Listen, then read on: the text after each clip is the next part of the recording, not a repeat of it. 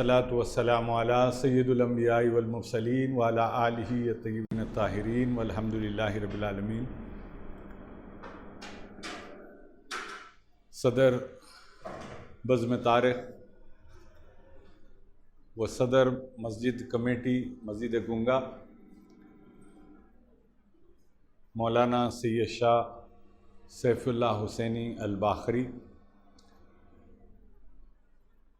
نویر خطب دکن حضرت سیدنا فقیر پاشا صاحب قبلہ علیہ رحمت و رضوان، خطیب و امام مسجد حافظ صاحب اور حاضرین جلسہ، السلام علیکم ورحمۃ اللہ وبرکاتہ۔ پروردگار کا یہ بڑا کرم اور احسان رہا کہ پروردگار عالم نے ہم کو یہ طاقت اور قوت عطا فرمائی، صحت و عافیت عطا فرمائی، اور یہ توفیق عطا فرمائی کہ رمضان شریف کو ہم نے اللہ اور اس کے رسول کی محبت میں، اللہ رسول کی اطاعت میں، یہاں مسجد گنگا میں نماز تراویح کا اہتمام کیا، اور پروردگار عالم کا احسان ہے کہ ہم کو وہ قوت عطا فرمایا کہ ہم اس تراویح میں شریک ہو سکے، اور حیات عطا فرمائی کہ یہ سال رمضان بھی ہم گزار سکیں، کیونکہ انسان کی جو زندگی ہے اس کی کوئی قسم کی گارنٹی نہیں ہے، آج ہے کل نہیں رہیں گے، اس کی کوئی گارنٹی نہیں ہے۔ حضرت عمر رضی اللہ تعالیٰ عنہ کے گھر میں آپ کے زوج مبارک نے آپ سے گزارش کی کہ بچوں کے پاس عید کے کپڑے نہیں، خلیفہ رسول ہیں لیکن گھر میں بچوں کو پہنانے کے لیے نئے کپڑے نہیں، اور ان کی محل مبارک نے عرض کیا کہ بچے دیکھ رہے ہیں کہ دوسروں کے بچوں کو نئے کپڑے بن رہے ہیں اور ہمارے بچے پرانے کپڑوں میں ہیں، تو آپ کچھ پیسوں کا انتظام کیجئے تاکہ بچوں کو نئے کپڑے بنائے دیں۔ آپ نے کہا میرے پاس تو اس کی استطاعت نہیں ہے کہ میں بچوں کو نئے کپڑے بنا سکوں۔ ہزاروں میل مربع پر پھیلی اسلامی مملکت کا بادشاہ اپنے بچوں کو کپڑے بنانے کی استطاعت نہیں رکھتا۔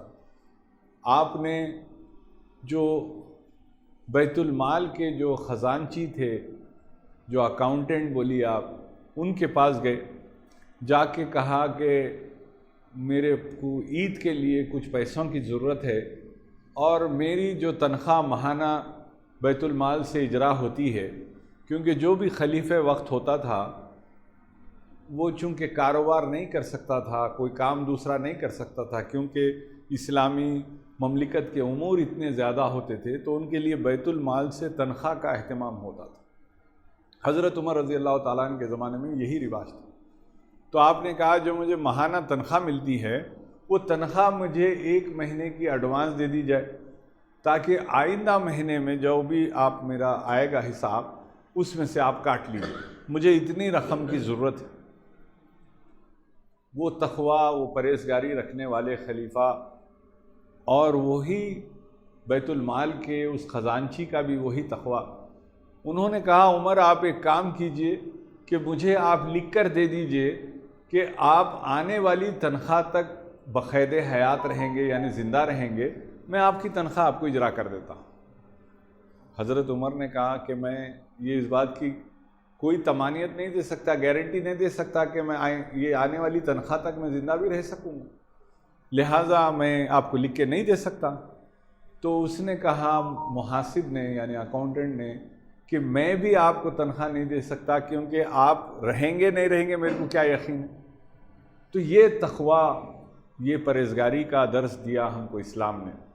حضرت علی کرم اللہ وجہہ رضی اللہ تعالیٰ عنہ، آپ کھانا کھا رہے تھے اور سوکھی روٹی تھی، اور وہ سوکھی روٹی اتنی سخت تھی کہ جب آپ کترتے تھے اس کو تو باضابطہ آواز آتی تھی۔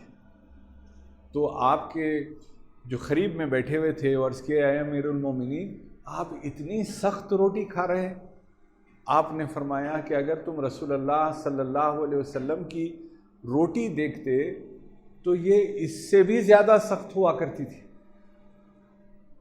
اور حضرت علی کرم اللہ وجہ رضی اللہ تعالیٰ عنہ آپ خلیفہ رسول تھے، امیر المومنین تھے، سرکار دو جہاں صلی اللہ علیہ وسلم کے داماد تھے، سب سے پہلے اسلام قبول کرنے والے تھے، اور بیت المال میں ہزاروں لاکھوں دینار درہم بھی جمع تھے، لیکن آپ پھر بھی سو کی روٹی کھاتے تھے اور خود مزدوری کرتے تھے. اپنا گھر چلانے کے لیے کوئی تنخواہ بھی نہیں لیتے تھے، خود مزدوری کرتے تھے. کھیتوں میں جا کے جو مزدوری ہوتی، کھیتی باڑی ہوتی، جو بیل کو لگا کر جو ہل چلایا جاتا تھا، حضرت علی وہ بیل کی جگہ پہ خود ہل چلایا کرتے اور بولیاں کھودنے کا کام کرتے تھے، کیونکہ بولی کھودنا سب سے ٹف کام ہے. لیکن اللہ سبحانہ و تعالیٰ نے مولا مشکل کشا کو شیر خدا بنایا تھا. آپ کے وہ دست مبارک میں وہ قوت و طاقت تھی کہ آپ بولی کو بڑی آسانی سے کھود لیا کرتے تھے. تو جو لاتے اس سے اتنی آمدنی ہوتی کہ گھر میں صرف جو کی روٹی بن سکتی تھی، سب کو ایک ایک روٹی ملتی تھی. یعنی مولا مشکل کشا کو ایک روٹی، سیدہ بی بی فاطمہ کو ایک روٹی، اور حضرت امام حسن علیہ السلام کو، امام حسین علیہ السلام کو، اور حضرت بی بی فضہ کو جو آپ کی باندی تھی. حضرت علی کے گھر میں ایک باندی تھی جن کا نام حضرت فضہ تھا، اور یہ آپ نے خریدا نہیں تھا یہ بی بی فضہ کو، یہ تو ایک بادشاہ کی بیٹی تھی. حبش کے بادشاہ کی ایک بیٹا اور ایک بیٹی. بیٹے کا نام حضرت علی نے بعد میں چینج کیا، ان کا نام رکھا خمبر، اور بیٹی کا نام تھا بی بی فضہ. یہ دونوں آپ کے پاس خادم بن کے، غلام بن کے آپ کے پاس رہتے تھے اپنی مرضی سے. دراصل یہ ہوا تھا کہ حبش کا جو بادشاہ تھا ان کے یہ دو اولاد تھے، بیٹا بیٹی تھے. ان لوگوں کی عمر بہت کم تھی اور ان کے والد کا انتقال ہو گیا، تو ان کے چاچا جو ہے تخت پہ بیٹھ گئے. بچے جب بڑے ہوئے تب بھی وہ بادشاہ وقت بنے ہوئے تھے، تو لڑکے نے جا کے کہا کہ چاچا یہ جگہ تو میری ہے، آپ یہاں پر بیٹھے، یہ تو میرا حق ہے. تو چاچا نے کہا بالکل آپ ہی کا حق ہے، یقیناً آپ ہی کو بیٹھنا چاہیے، لیکن میں تم کو اس گدی پہ بٹھانے سے پہلے تمہیں کوئی کام دینا چاہتا ہوں، وہ تکمیل کر کے آؤ اور اس کے مستحق بن جاؤ اس گدی کے. کہا بولیے کیا بات ہے؟ تو بولے کہ آپ دیکھ رہے ہیں کہ اسلام کا دائرہ بڑھتے جا رہا ہے، بڑی بڑی حکومتیں اسلام کے سامنے ٹک نہیں رہی. خیبر کا آپ نے دیکھا کہ علی نے اکیلے خیبر کو فتح کر لیا، اور فدق نے جو مقام تھا بغیر کسی جنگ کے سرنڈر کر دیا. ایک دن یہاں پر بھی اسلامی جب لشکر آئے گا تو ہماری ہار یقینی نظر آتی ہے. اور ان تمام اسلامی جو جنگ ہیں، چاہے وہ جنگ بدر ہوئی ہو، علی نے آدھے جو ہے کفار کو مار دیا، مخالفین کو مار دیا. احد کے میدان میں جب سب چلے گئے میدان چھوڑ کے، اکیلے علی ڈٹا رہا. خیبر کے میدان میں جب کوئی کامیاب نہ ہو سکا تو علی نے خیبر کو کامیابی دلا دی.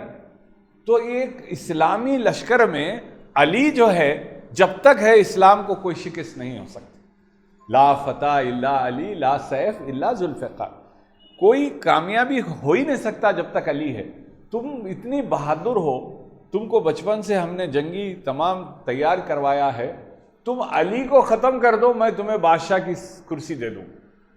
چنانچہ خمبر حضرت علی کو نعوذ باللہ شہید کرنے کی نیت سے آئے، اور ان کو اتنا زام تھا اپنی لڑائی پہ، اپنی کشتی پہ، اور انہوں نے حضرت علی سے، بہت لمبا ہو جائے گا میں شارٹ میں بیان کر رہا ہوں، حضرت علی سے بہرحال ملاقات ہوئی. حضرت علی کو میں آپ سے لڑنا چاہتا ہوں. حضرت علی کا نام مجھے کوئی دلچسپی نہیں لڑنے میں اسلام کے لیے لڑتا ہوں، اللہ رسول کے لیے لڑتا ہوں، اپنی پہلوانی دکھانے کے لیے نہیں لڑتا میں جاؤں. تو بہرحال خمبر نے بہت اکسایا، پھر بھی حضرت علی نے کہا نہیں، مجھے جنگ لڑنے میں کوئی دلچسپی نہیں. بہرحال جب اصرار بڑھنے لگا تو حضرت علی نے کہا ایک شرط ہے، میں اگر تم کو ہرا دوں تو تم اسلام قبول کرتے ہو، اس شرط پہ میں تم سے لڑنے تیار ہوں. بہرحال وہ تیار ہو گیا، اور اس کی اپنی قوت پہ خنبر کو اتنا بھروسہ تھا کہ وہ کسی حال میں حضرت علی کو ہرانے کا اپنے میں جذبہ رکھتا تھا۔ بہرحال جب مقابلہ شروع ہوا، ایک ہی وار میں حضرت علی نے اس کو زمین پہ ڈال دیا اور گردن پہ تلوار رکھ دی، کہا بول خنبر، وعدہ پورا کر لے۔ تو خنبر نے حیرانی سے دیکھ کر کہا علی میری ایک شرط ہے کلمہ پڑھنے کے لیے۔ بولے کیا ہے؟ تو بولا کہ مجھے اپنا زندگی تمام غلام بنا لو تب میں کلمہ پڑھوں گا۔ تو اپنی خودی سے بادشاہ کا بیٹا غلامی میں آ گیا حضرت علی کے، اور حضرت خنبر علی، ان کا نام حضرت علی نے حضور کی پاس لے کر گئے، پھر ان کو کلمہ پڑھایا اور ان کا نام تبدیل کیا، ان کا نام خنبر رکھا۔ کہا مجھے مہلت دیجئے، مجھے اپنے جگہ پہ جانے کے لیے، اپنے مقام پہ میں جا کے پھر واپس آ جاؤں گا۔ حضرت علی بولے جا۔ گیا اور بیٹی بہن کو بولا کہ تو یہاں غلط جگہ پہ ہے، چلو ایسی بادشاہ کے پاس جائیں گے جو کائنات کا مالک ہے، اس کی غلامی کریں جس کی ساری دنیا غلام ہونا ہے۔ ہم یہاں بادشاہ بن کے رہیں گے فائدہ نہیں ہے، ہم کو چلنا ہے وہاں پر۔ اور سیدہ کی خدمت میں فضا کو لا کر رکھ دیا۔ اور حضرت بی بی فضا کا بھی نام جو ہے حضرت علی نہیں رکھا، ان کا نام کچھ اور تھا۔ دراصل بات یہ ہوئی کہ گھر میں فاقے چلتے تھے، سیدہ کے گھر میں فاقے، رسول اللہ کی شہزادی کے گھر میں فاقے، آپ کے جنت کی سردار بی بی فاطمہ زہرا رضی اللہ تعالیٰ، شہزادگان امام حسن علیہ السلام، امام حسین علیہ السلام جنت کے سردار، لیکن ان کے گھر میں حضرت علی جائیں، مزدوری کریں، کما کے لائیں تو گھر میں روٹی ڈلے، تو بعض وقت کام بھی نہیں ملتا تھا، اور کام ملا بھی تو حضرت علی خیر خیرات کر کے بھی کئی بار آ جاتے تھے، کئی واقعات ہیں۔ تو بہرحال 3 دن کا فاقے تھے، حضرت بی بی فضا بے چین ہو گئی، بچے بھوکے ہیں، باہر گئی، جا کر کچھ چن کے لائی، لا کے ہنڈی پہ چڑھا کے اس کو کچھ بنائی، اور اس سے چاندی بن گئی، اور وہ چاندی لا کر حضرت علی کو پیش کی، بولی مولا یہ چاندی ہے، آپ باہر بیچیے اور اس سے کچھ روٹی کے لیے سامان لائیے۔ حضرت علی نے کہا یہ تم نے کیسے کیا؟ کہا آپ تو جانتی ہیں، آپ تو جانتے ہیں کہ میں ایک بادشاہ وقت کی بیٹی ہوں، اور بادشاہ میرے والد نے ہم کو علم کیمیا، چاندی اور سونا بنانے کا علم سکھایا ہے، کبھی برے وقت میں یہ کام آئے گا بول کے ہم کو بچپن میں سکھا دیا تھا۔ اب اس سے بڑا کام کیا ہو سکتا ہے کہ شہزادگان امام حسن امام حسین دونوں بھوکے ہیں، لہٰذا میں وہ علم کا اپنا استعمال کی ہوں اور یہ بنا لی ہوں، آپ اسے بازار میں بیچ کے آئیے۔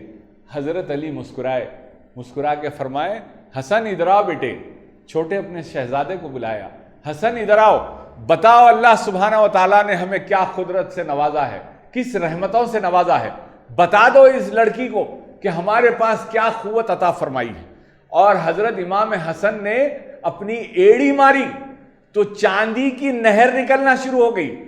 حضرت علی نے کہا حسن رک جا، فرمایا اے بی بی فضا، ان کا نام بعد میں چاندی بنانے والی کو بولتے ہیں فضا، کہا بی بی سن لو، یہ ہم جو بھوکے ہیں، جو پیاسے ہیں، 3 دن کے فاقے ہیں، تم یہ مت سمجھنا کہ ہم مجبور ہیں، ہم تو اللہ اور اس کے رسول کی رضا میں راضی ہیں، اللہ چاہتا ہے ہم بھوکے رہیں، اسی لیے ہم بھوکے رہ رہے ہیں، ورنہ ہم چاہیں تو ایڑیوں سے چاندی کے نہریں بہا دیں۔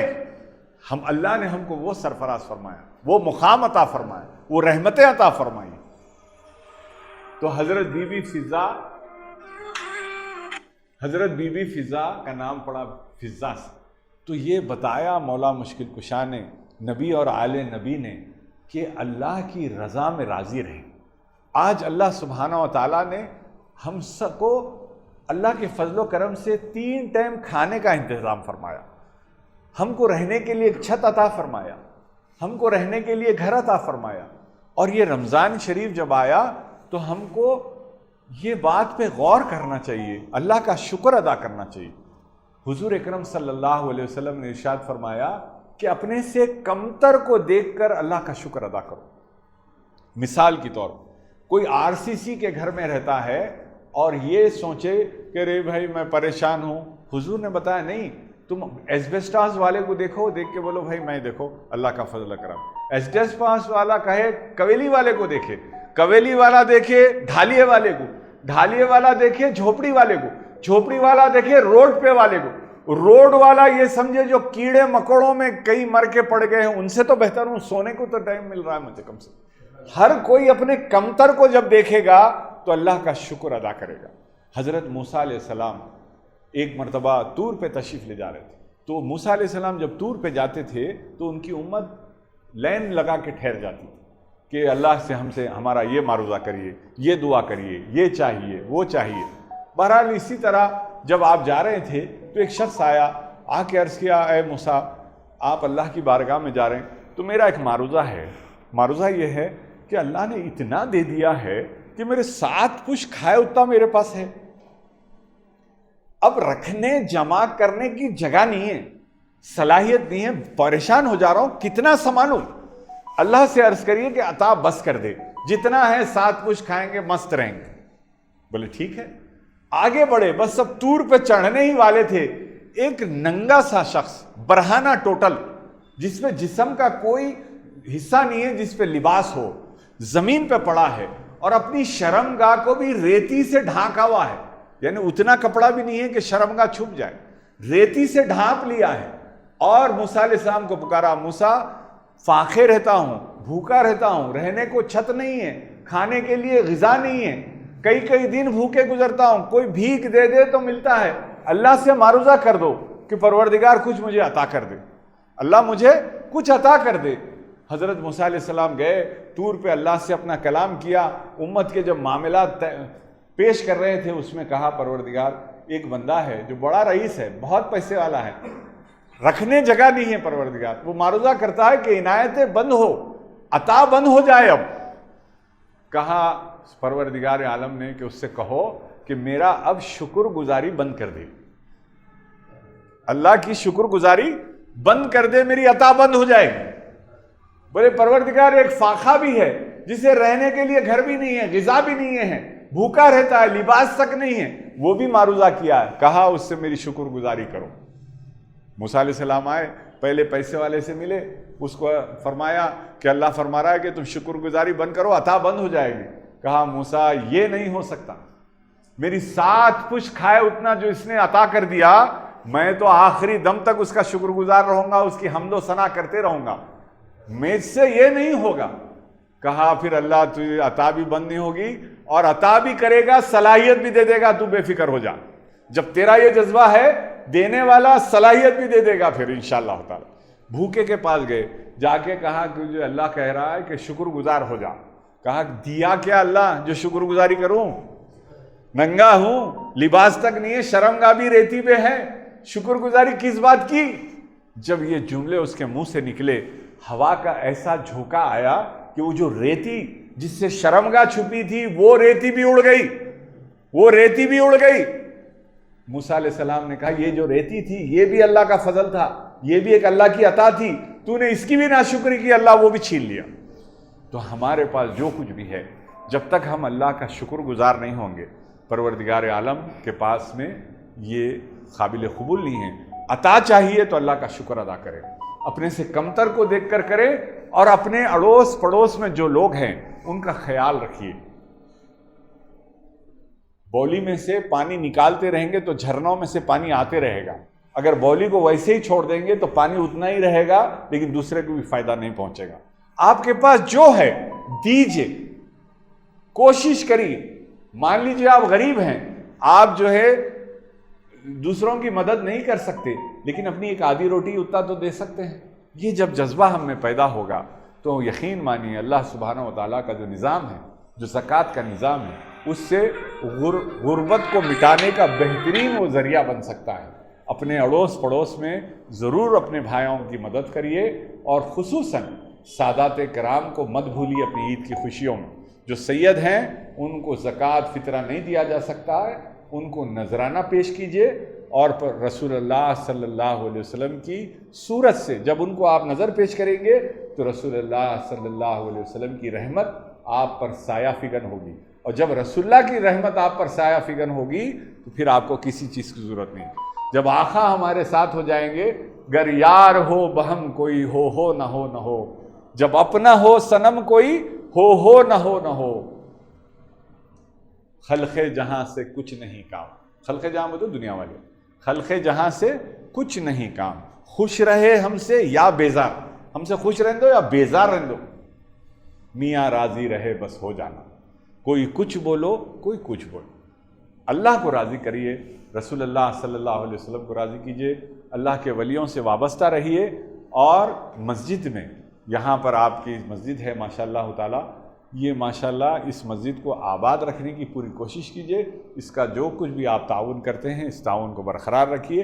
اللہ سبحانہ و تعالی ہم سب کو اور ہماری آل اولاد کو صاحب ایمان رکھے, ہمارا خاتمہ بالخیر فرمائے, اور ہماری آل اولاد کو اہل بیت اطہار کا عاشق بنائے, خلفائے راشدین کا چاہنے والا بنائے, صحابہ اکرام کا چاہنے والا بنائے, اولیاء اللہ کے دامنوں سے ہم کو وابستہ رکھے. خواجہ محبوب اللہ سرکار کا دربار آباد رہے, سرکار پیران پیر کا دربار آباد رہے, محبوب اللہ سرکار کا دربار آباد رہے. وصلی اللہ تعالی علی خیر خلقی سیدنا مولانا محمد و آلہ وصحبہ اجمعین والحمدللہ رب العالمین.